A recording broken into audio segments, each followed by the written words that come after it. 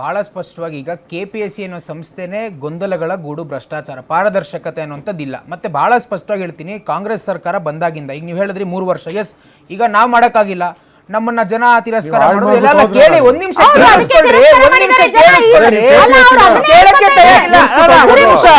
ನೋಡಿ, ಅವ್ರೆ ಅಲ್ಲ, ಒಂದ್ ನಿಮಿಷ ಸುಮ್ನೆ ಎಲ್ಲದಕ್ಕೂ ಕಮೆಂಟ್ ಮಾಡೋದಲ್ಲ. ಅವ್ರು ಹೇಳಿದ್ ನೀವು ಕೇಳಿಸ್ಕೊಂಡ್ರಾ? ಹೌದಾ, ಅದಕ್ಕೆ ನಮ್ಮನ್ನ ಕೂರ್ಸಿದ್ದಾರೆ ಜನ ಅಂತ.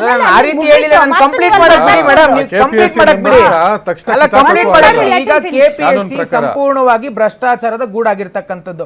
ಈಗ ಸಿಟ್ಟಿಂಗ್ ಇರೋ ಗೌರ್ಮೆಂಟ್ ಅನ್ನ ಯಾರೇ ಆಗ್ಲಿ ಪ್ರಶ್ನೆ ಮಾಡ್ತಾರ್ರಿ. ಬಿಜೆಪಿ ಮಾಡಿದ್ರಿ, JDS ಏನ್ ಮಾಡಿದ್ರಿ ಅದಲ್ಲ. ಈಗ ಸಂಪೂರ್ಣವಾಗಿ ಈಗ ಕಾಂಗ್ರೆಸ್ ಸರ್ಕಾರ ಬಂದ್ಮೇಲೆ ಯಾವ್ದು ಚೆನ್ನಾಗಿ ನಡೀತಿದೆ ಅಂತಂದ್ರೆ ಭ್ರಷ್ಟಾಚಾರ ಬಿಟ್ರೆ ಇನ್ನೇನು ಅಲ್ಲ. ಮೊದಲಾಗಿ ಸೂರ್ಯ ಮುಖಂಡರಾಜ್ ಧನ್ಯವಾದ ಹೇಳ್ತೀನಿ. ಯಾಕಂದ್ರೆ ಅವ್ರು ಇರೋದ್ರಲ್ಲಿ ಸತ್ಯ ಒಪ್ಕೊಂಡ್ರವ್ರು, ಅಲ್ಲಿ ಸಾಕಷ್ಟು ಸಮಸ್ಯೆ ಇದೆ ಅಂತ ಹೇಳಿ. ರಾಜುಗೌಡ್ರನ್ನ ಮಾತು ಹೇಳಿದ್ರಾಗಲೇ, ನೀವು ವಿದ್ಯಾರ್ಥಿಗಳು ಹೋರಾಟ ಮಾಡಬೇಕು ಅಂತ ಹೇಳಿದ್ವಿ. ನೀವು ಇವತ್ತು ವಿದ್ಯಾರ್ಥಿಗಳಿಗೆ ತೊಂದರೆ ಆದರೆ ನಾವು ಹೋರಾಟ ಮಾಡ್ತೀವಿ, ರೈತರು ತೊಂದರೆ ಆದರೆ ರೈತರು ಹೋರಾಟ ಮಾಡ್ತಾರೆ. ಮತ್ತು ವಿರೋಧ ಪಕ್ಷದಾಗಿ ನಿಮ್ಮ ಕೆಲಸ ಏನಿದೆ? ನನ್ನ ಹೆಸರು ನೇಮರಾಜು ಅಂತ, ಕಾಂಗ್ರೆಸ್ ಪಕ್ಷದ ವಕ್ತಾರರು.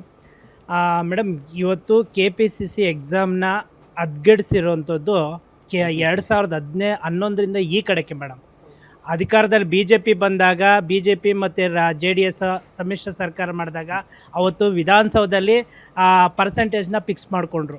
ಮತ್ತು ನಂತರ ಬಂದಾಗ ಕುಮಾರಸ್ವಾಮಿ ಅವರು ಮತ್ತು ಯಡಿಯೂರಪ್ಪ ಅವರು ಅವ್ರ ಮಗ ಸೇರಿಕೊಂಡು ಇಷ್ಟು ಪರ್ಸೆಂಟೇಜ್ ಫಿಕ್ಸ್ ಮಾಡಿದ್ರು. 2023ರಿಂದ BJP ಸರ್ಕಾರದ ಇದೇ ಬೊಮ್ಮಾಯಿ ಅವರಿದ್ದಾಗ PSI ಹಗರಣ ಮಾಡಿ ಅಸಿಸ್ಟೆಂಟ್ ಪ್ರೊಫೆಸರ್ನ ಸೆಲೆಕ್ಟ್ ಮಾಡ್ಕೊಂಡು 80%ನ ಭ್ರಷ್ಟಾಚಾರ ಮಾಡಿ ಅಲ್ಲಿ ಹಗರಣ ಫಿಕ್ಸ್ ಮಾಡ್ಕೊಂಡ್ರು. ಅವ್ರು ಹಂಗ್ ಮಾಡಿದ್ರು, ಇವ್ರು ಹಿಂಗ್ ಮಾಡಿದ್ರು. ನೀವು ಬಂದ್ರಲ್ಲ 2023 ಮೇಡಮ್, ಹೇಳ್ತಾ ಇದ್ದೀನಿ ಮೇಡಮ್. ಏನ್ ಮಾಡಿದ್ರಿ? ಏನಾಗಿದೆ ಅಂದ್ರೆ, ಇವತ್ತು ಜಾಬ್ ನ ಸೆಲೆಕ್ಟ್ ಮಾಡ್ಕೊಳ್ಳೋದಕ್ಕೆ ಕೇಂದ್ರ ಸರ್ಕಾರ ಕಾಂಟ್ರಾಕ್ಟ್ ಬೇಸ್ ಮೇಲೆ ತಂದಿದೆ ಮೇಡಮ್. ಗೌರ್ಮೆಂಟ್ ಜಾಬ್ ನ ಯಾರನ್ನೇ ಉದ್ಯೋಗ ಸೆಲೆಕ್ಟ್ ಮಾಡ್ಕೊಬೇಕಾದ್ರೂ ಕಾಂಟ್ರಾಕ್ಟ್ ತಗೊಂತಿದ್ರೆ, ಯಾವ್ದು ಫಿಲಪ್ ಸೆಂಟ್ರಲ್ ಗೌರ್ಮೆಂಟ್ ನೀನೇನ್ ಕೇಂದ್ರ ನಮ್ಮ ನಮ್ಮ ರಾಜ್ಯದಲ್ಲೂ ಹೇಳ್ತಾ ಇದ್ದೀವಿ ಮೇಡಮ್. ಇವತ್ತು ಆ ಒಂದು ಪರಿಣಾಮ ಇವತ್ತು ಎಕ್ಸಾಮ್ ಡಿಗ್ರಿ ಮುಗಿಸಿರೋರು, PG ಮುಗಿಸಿರೋ ವಿದ್ಯಾರ್ಥಿಗಳು ಎಷ್ಟು ತೊಂದರೆ ಆಗ್ತಾ ಇದ್ರೆ, ಯಾವ್ದು ಉದ್ಯೋಗ ಗೌರ್ಮೆಂಟ್ ಜಾಬ್ ಸಿಗ್ತಾ ಇಲ್ಲ. ಒಳ ಮೀಸಲಾತಿ ಬಂದಿದೆ, ಅಬ್ಜೆಕ್ಷನ್ ಮಾಡಿರೋದು ನಾವೇ ಮೇಡಮ್. ನೇಮಿರಾಜ್ ತಾನೆ? ಹೌದು ಮೇಡಮ್. ಅಲ್ಲ, ಬೇರೆ ಪಕ್ಷಗಳಿಗೆ ಬಗ್ಗೆ ಟೀಕೆ ಮಾಡೋದಕ್ಕೆ ನಿನ್ಗೆ ಎಷ್ಟು ದೊಡ್ಡ ಬಾಯಿ ಇದೆ? 2023ರಿಂದ ನಿಮ್ ಸರ್ಕಾರ ಇದೆಯಲ್ಲ, ಏನ್ ಸುಧಾರಣೆ ತಂದಿದೆ ಹೇಳು? ಒಂದೆರಡು ಅಬ್ಜೆಕ್ಷನ್ ನಾವೇ ಮಾಡಿದೀವಿ ಮೇಡಮ್. ಹೇಳಿ, ಒಂದೆರಡು ಹೇಳಪ್ಪ. ಏನು ಮಾಡಿಲ್ವಾ ಮೇಡಮ್? ಅದನ್ನ ಈಗ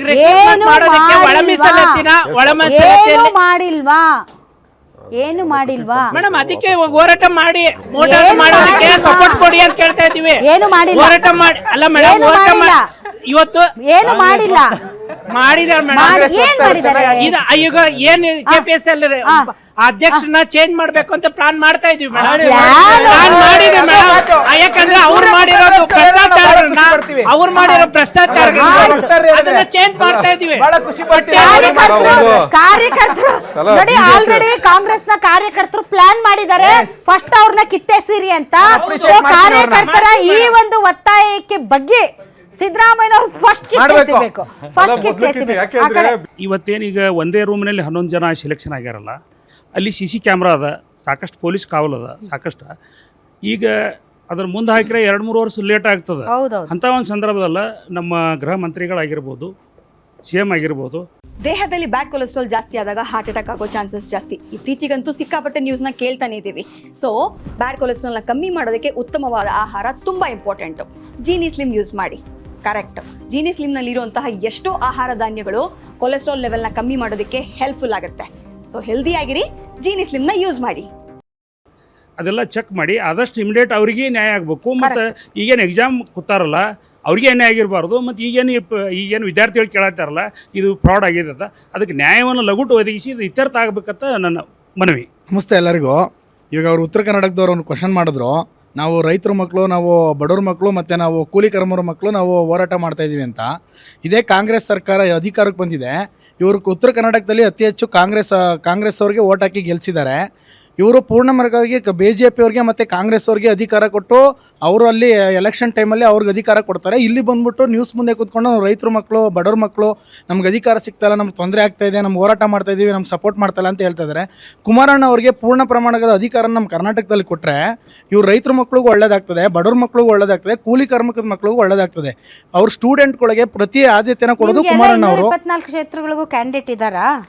ಮೇಡಮ್ ಎಲ್ಲಿ ಕ್ಯಾಂಡಿಡೇಟ್ ಇದಾರೆ ಅಲ್ಲಿ ಕುಮಾರ್ separate ಆಗಿ ಸ್ಪರ್ಧೆ ಮಾಡ್ತಾ ಇದ್ದೀರಾ ಈಗ ನೋಡಿ ಕುಮಾರ್ ನೀವು ಮೈತ್ರಿ ಜೊತೆ ನಮ್ ಹೋಗ್ತೀರಾ JDS ಇಂಡಿವಿಜುವಲ್ ಆಗಿ ಹೋಗ್ತೀರಾ? ಇಲ್ಲ JDS ನವರು ಎಲ್ಲೆಲ್ಲಿ ಇದಾರೆ ಅಲ್ಲ ಎಲ್ಲೆಲ್ಲಪ್ಪ ನೋಡಿ ಉತ್ತರ ಕರ್ನಾಟಕದಲ್ಲಿ ಈಗ ಎಷ್ಟಿದ್ದಾರೆ ಒಂದ್ ನಿಮಿಷ ಉತ್ತರ ಕರ್ನಾಟಕದಲ್ಲಿ ನೀನೇ ಹೇಳ್ದೆ ಬಿಜೆಪಿ ಹಾಕಿದ್ರು ಕಾಂಗ್ರೆಸ್ ಹಾಕಿದ್ರು ಅಂತ ಹೌದಾ? ನಾಳೆ ನೀವು ಬಿಜೆಪಿ ಜೊತೆ ಮೈತ್ರಿ ಹೋಗಿ ಮತ್ತೆ ಬಿಜೆಪಿಗೆ ಹಾಕ್ಬೇಕು ನಿಮ್ಗೆ ಹಾಕ್ಬೇಕು ಮೇಡಮ್ ಮೈತ್ರಿ ಸರ್ಕಾರ ಬಂದ್ರು ನಿಮಗೆ ಖಾತ್ರಿ ಇಲ್ಲ 224 ಕ್ಷೇತ್ರಗಳಲ್ಲಿ ನೀವು ಸ್ಪರ್ಧೆ ಮಾಡ್ತಿರೋ ಇಲ್ವೋ ಅಂತ ಸಿಂಗಲ್ ಹ್ಯಾಂಡ್ ಆಗಿ ನೀವು ಅದನ್ನ ನೀವು ತೀರ್ಮಾನ ಮಾಡಕ್ಕಾಗಲ್ಲ ನೋಡಿ. ಯಾವ ತೀರ್ಮಾನ ಅಲ್ಲ ರೀ, ನೀವು 224 ಕ್ಷೇತ್ರಗಳಲ್ಲಿ ನೀವು ಸ್ಪರ್ಧೆ ಮಾಡ್ತೀರಾ ಅನ್ನೋ ಕ್ಲಾರಿಟಿ ಇದೆಯಾ ನಿಮಗೆ? ಕ್ಲಾರಿಟಿ ಇರೋದಕ್ಕೆ ತಾನೇ ನಾವು ಸ್ಪರ್ಧೆ ಜನತಾ ಮಾಡ್ತೀರಾ ನೀವು ದರ್ಶನ ಮಾಡ್ತಾ ಇರೋದು. 224 ಕ್ಷೇತ್ರಗಳಲ್ಲಿ ಒಂದಿನ ಬಿಎಸ್ಪಿ ಜೊತೆ ಹೋಗ್ತಾರೆ, ಮೈತ್ರಿಯಲ್ಲಿ ಹೋಗಲ್ವಾ? ನಾನು ಅದನ್ನೇ ಹೇಳ್ತಾ ಇದ್ದೀನಿ ನೋಡಿ, ನಾನು ಹೇಳ್ತಾ ಇದ್ದೀನಿ ಇವಾಗ ನಾವು ಹೇಳ್ತಾರೆ ನಿಮ್ಗೆ ಅರ್ಥ ಆಗ್ತಾ ಇದೆ. ಮೈತ್ರಿಲೇ ನಾವು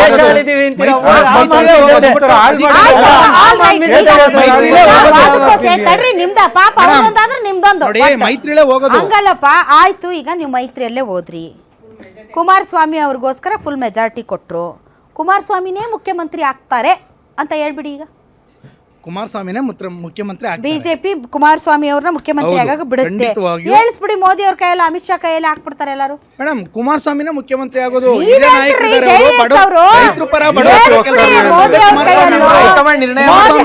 ಅಲ್ಲ ಮೋದಿ ಅವ್ರ ಕೈಯಲ್ಲೋ ಅಮಿತ್ ಶಾ ಅವ್ರ ಕೈಯಲ್ಲೋ ಪಕ್ಷದ ಅಧ್ಯಕ್ಷರ ಕೈಯಲ್ಲೋ ಹೈ ಲೆವೆಲ್ ಅಲ್ಲಿ ಹೇಳಿಸ್ಬಿಡಿ, ಆಗ್ತಾರೆ. ಟ್ರಾನ್ಸ್ಪರೆಂಟ್ ಆಗಿ ಯಾವಾಗ ಸ್ಟೂಡೆಂಟ್ಸಿಗೆ ಅವ್ರಿಗೆ ಬೇಕಾಗಿರೋಂಥ ಶಕ್ತಿ ಸಿಗತ್ತೆ, ಚೆನ್ನಾಗೂ ಓದ್ತಾರೆ, ಇಲ್ಲ ನಾನು ಒಳ್ಳೆ ಥರದಲ್ಲಿ ಪಾಸಾಗಿ ನಂಗೆ ಒಳ್ಳೆ ಅಧಿಕಾರ ಸಿಕ್ಕಿದೆ, ನಾನು ಜನಗಳಿಗೆ ಒಳ್ಳೇದು ಮಾಡಬೇಕು, ರಾಜ್ಯಕ್ಕೆ ಒಳ್ಳೇದು ಮಾಡಬೇಕು ಅನ್ನೋದು ಮನ್ಸಿಗೆ ಬರುತ್ತೆ. ಅದೆಲ್ಲ ಏನೂ ಇಲ್ದಾಗ ಬ್ಯಾಕ್ ರೂಟು ಫ್ರಂಟ್ ರೂಟು ಮೇಲ್ಗಡೆಯಿಂದ ಹೋದಾಗ ಅವರು ಲಾಸ್ಟಿಗೆ ಏನೋ ಬೆಳವಣಿಗೆ ಅನ್ನೋದು ಅದು ಖಾಲಿ ಆಗುತ್ತೆ. All right, okay. ವಿನಯ್ ಅವರೇ, ಕೊನೆಯದಾಗಿ ಈಗ ಡೆಫಿನೆಟ್ಲಿ KPSCಗೆ ಬಂದು ನಿಂತ್ಕೊಂಡಿದೆ. ಈಗ ಅದರಲ್ಲಿರುವಂತಹ ಏನೋ ಒಂಥರ ಅವ್ಯವಸ್ಥೆ, ಪ್ರತಿ ಬಾರಿ ಅವ್ರು ಎಕ್ಸಾಮ್ ನಡೆಸಿದಾಗ ಏನೋ ಒಂದು ಅವ್ಯವಸ್ಥೆ ಅದ್ರ ಜೊತೆಗೆ ಅಂಟ್ಕೊಂಡೇ ಬಂದಿರುತ್ತೆ, ಅದು ಏನಂತ ಗೊತ್ತಿಲ್ಲ. ಸೊ ಹೀಗಾಗಿ ಇದನ್ನು ಅಬಾಲಿಷ್ ಮಾಡೋದು ಒಳ್ಳೆ ಕಾನ್ಸೆಪ್ಟಾ ಇದು? ಇಲ್ಲ, ಅದನ್ನು ಅಬಾಲಿಷ್ ಮಾಡೋಕ್ಕಾಗಲ್ಲ. It's A constitutional body. ನೀವು ಹೆಂಗೆ ಸುಪ್ರೀಂ ಕೋರ್ಟ್ನ ಅಬಾಲಿಷ್ ಮಾಡಿ ಅಂದಂಗೆ ಆಗ್ತದೆ, ಅಥವಾ ನಮ್ಮ ಲೆಜಿಸ್ಲೇಟಿವ್ ಅಸೆಂಬ್ಲಿನ ಅಬಾಲಿಷ್ ಮಾಡಿ ಅಂದಂಗೆ ಆಗುತ್ತೆ. That is not that easy. ಅದನ್ನು KPSC ಅನ್ನೋ ಸಂಸ್ಥೆ ಇದ್ದೇ ಇರ್ತದೆ. ನಮಗೆ ಬೇಕಾಗಿರೋವಂಥದ್ದು ಒಂದು ಸ್ಟ್ರಾಂಗ್ ಪೊಲಿಟಿಕಲ್ ವಿಲ್ಲು. ಈಗಿರುವಂಥ ಮುಖ್ಯಮಂತ್ರಿ ಭಾಳ ಗಟ್ಟಿ ಮನುಷ್ಯ, ಗಟ್ಟಿ ನಿರ್ಧಾರ ತಗೊಳ್ತಾರೆ ಅನ್ನೋ ಅವ್ರದ್ದೊಂದು ಇದು ಇದೆ.